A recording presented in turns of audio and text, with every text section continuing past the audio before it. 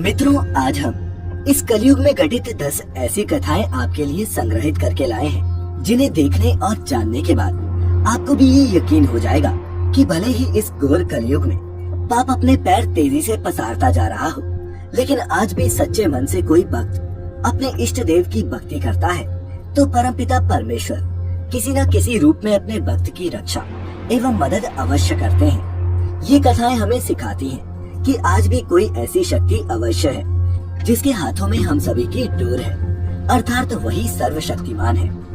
नमस्कार दर्शकों, कलयुग की कथाओं के अध्याय 1 से 10 के इस संग्रह में आपका हार्दिक स्वागत है।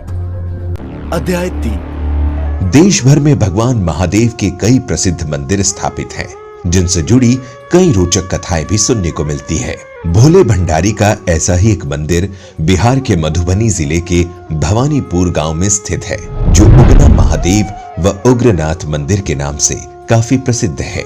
ऐसी लोक मान्यता है कि इस मंदिर में भगवान शिव ने स्वयं मैथिली भाषा के महाकवि विद्यापति के घर नौकरी की थी। महाकवि विद्यापति हिंदी साहित्य की भक्ति परंपरा के प्रमुख कवियों में से एक हैं, जिन्हें मैथिली के सर्वोपरि कवि के रूप में जाना जाता है। वे भगवान शिव के बहुत बड़े भक्त हुआ करते थे। उन्होंने भगवान शिव पर अनेक गीतों की रचना की है। मान्यताओं के अनुसार जगत व्यापी भगवान शिव विद्यापति की भक्ति व रचनाओं से बेहद प्रसन्न होकर स्वयं एक दिन वेशभूषा बदलकर उनके पास चले आए। उनके साथ रहने के लिए भगवान शिव विद्यापति के घर नौकर तक बनने के लिए तैयार थे। उन्होंने अपना नाम उगना बताया था।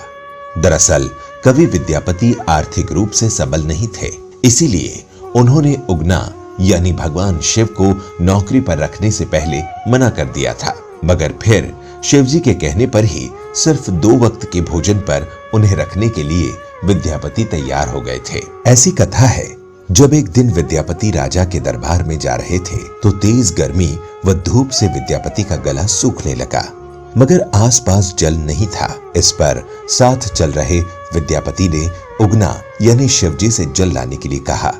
तब शिव ने थोड़ी दूर जाकर अपनी जटा खोली व 1 लोटा गंगा जल ले आए। जल पीते ही विद्यापति को गंगा जल का स्वाद आया। उन्होंने सोचा कि इस वन के बीच ये जल कहां से आया। इसके बाद कि कहीं उगना स्वयं शिव तो नहीं। उन्होंने शिव के चरण पकड़ लिए तो शिव को अपने वास्तविक स्वरूप इसके बाद शिवजी ने महाकवि विद्यापति के साथ रहने की इच्छा जताई और उन्हें बताया कि वो उगना बनकर ही साथ रहेंगे।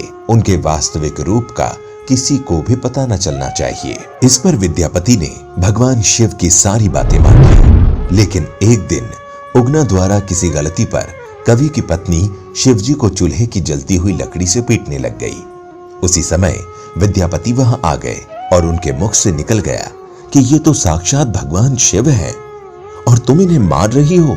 मगर विद्यापति के मुख से जैसे ही ये बात निकली तो भगवान शिव अंतर्ध्यान हो गए।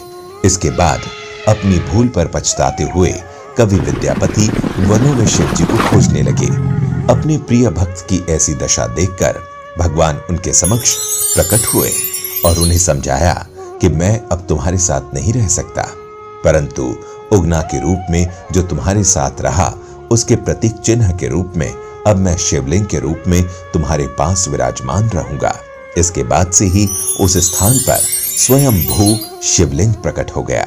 इस समय जो आप मंदिर देखते हैं उसका निर्माण साल 1932 में हुआ है।